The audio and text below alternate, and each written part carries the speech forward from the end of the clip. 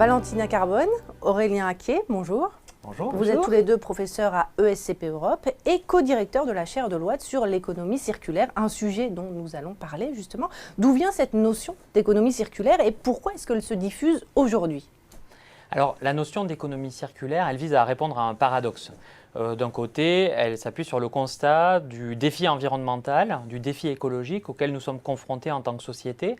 Et c'est vrai qu'on est confronté à un défi tout à fait extraordinaire ou exceptionnel par son ampleur, parce qu'on conjugue à la fois des problèmes dont les enjeux sont majeurs. Le deuxième élément, c'est qu'en fait, il faut répondre aujourd'hui.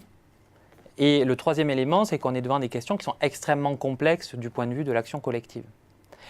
Par rapport à ce constat, il y a un deuxième constat qui est que nos outils économiques aujourd'hui sont assez inadaptés par rapport à ces enjeux.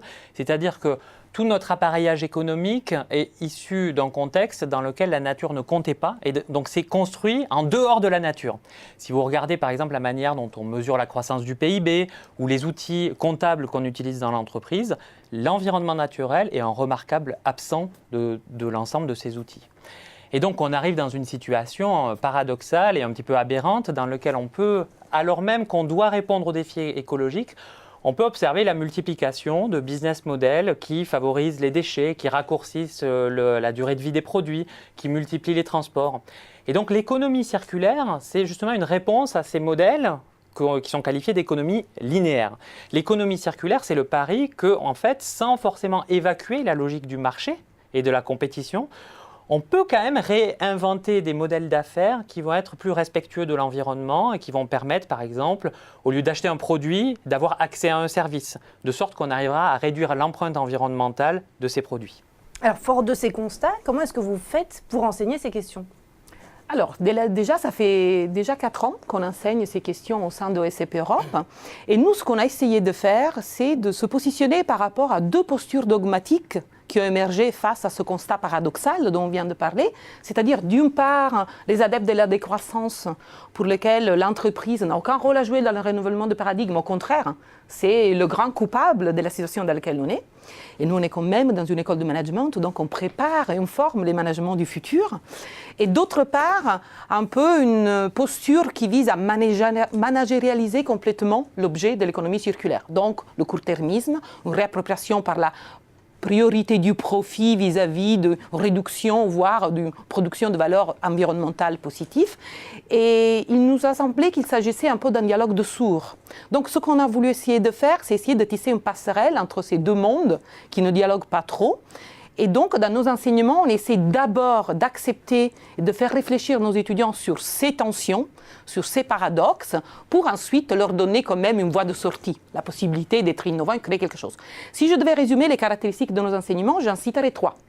Première caractéristique, on implique dans nos enseignements toujours un acteur entreprise et un acteur institutionnel, un éco-organisme, ou cette année par exemple c'est l'ADEME qui nous accompagne dans notre aventure économie circulaire à l'école. Deuxième caractéristique, c'est qu'on a une démarche résolument interdisciplinaire.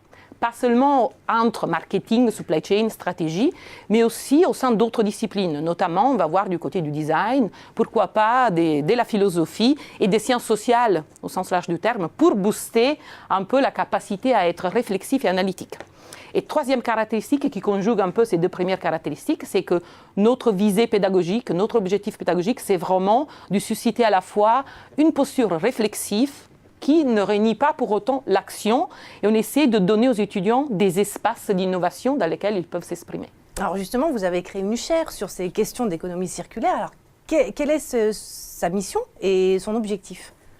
Donc effectivement, on vient de créer une chaire avec l'entreprise Deloitte, qui est notre partenaire sur ce projet, et qui en fait s'inscrit complètement dans la continuité de la philosophie que vient de présenter Valentina. C'est-à-dire que pour nous, l'enjeu de cette chaire, c'est de prolonger ces questions, de prolonger ces démarches et d'institutionnaliser ces questions d'économie circulaire à l'intérieur de l'ESCP, évidemment, de SCP Europe, mais aussi au sein de l'écosystème. Ça veut dire qu'en fait, on va continuer à développer ces enseignements auprès de nos étudiants, mais on va mettre aussi en place toute une série d'innovations à destination des entreprises avec lesquelles on interagit, à destination des acteurs institutionnels, des acteurs publics.